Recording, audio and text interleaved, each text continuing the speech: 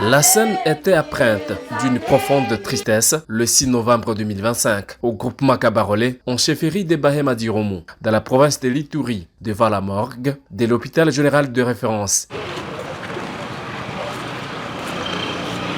Les familles des 3 des 13 personnes massacrées en février 2022 dans le groupement Kabarolé ont enfin récupéré leurs proches décédés. Dans la douleur, le chagrin face à cette perte, victime de la barbarie des groupes armés, sévissant dans la région, c'est sous une vive émotion que s'est déroulée la cérémonie de mise en terre des ossements, de pleurs et des cris de désespoir, ont accompagné le transfert de restes vers leur dernière demeure, marquant une étape cruciale dans le processus de deuil pour ces familles qui attendaient ces moments depuis près de 4 ans avec le témoignage.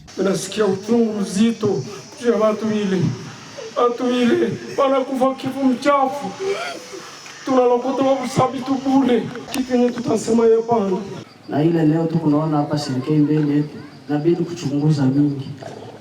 Leo kuzarau mwenjako haina maana. Hasa kati tunakumbuka batu ile tulikuwa na roho sawa sawa. Nimeona na mwana bago huko leo. Bajambazi balitoka ngambo ya mai banafika banakuta boku mwingine. Bote balikuwa naishi pale ku ile chini ya kilima ile kama Kilimanjaro.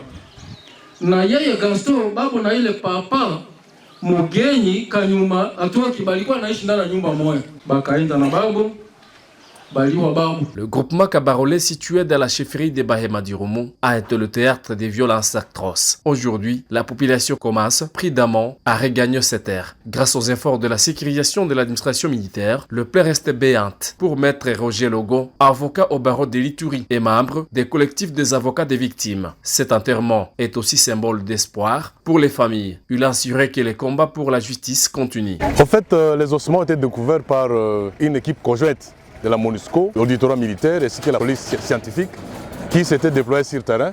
Avec les recherches, les drones, ainsi de suite, ils ont remarqué qu'il y avait plus de 17 ossements, 17 personnes qui étaient tuées et cachées dans les puits d'or. Et à l'étape actuelle, l'auditorat est au niveau de l'audition des victimes ainsi que des témoins. Et je pense qu'après cette étape, l'auditorat pourra procéder à des arrestations des auteurs, des présumés auteurs qui ont été cités par les différentes personnes qui ont été auditionnées au niveau de l'auditorat. Il est à signaler que cette cérémonie, bien que douloureuse, marque donc à la fois la fin de macabre chapitre pour les familles de victimes et le début d'une quête inlassable de justice et paix durable.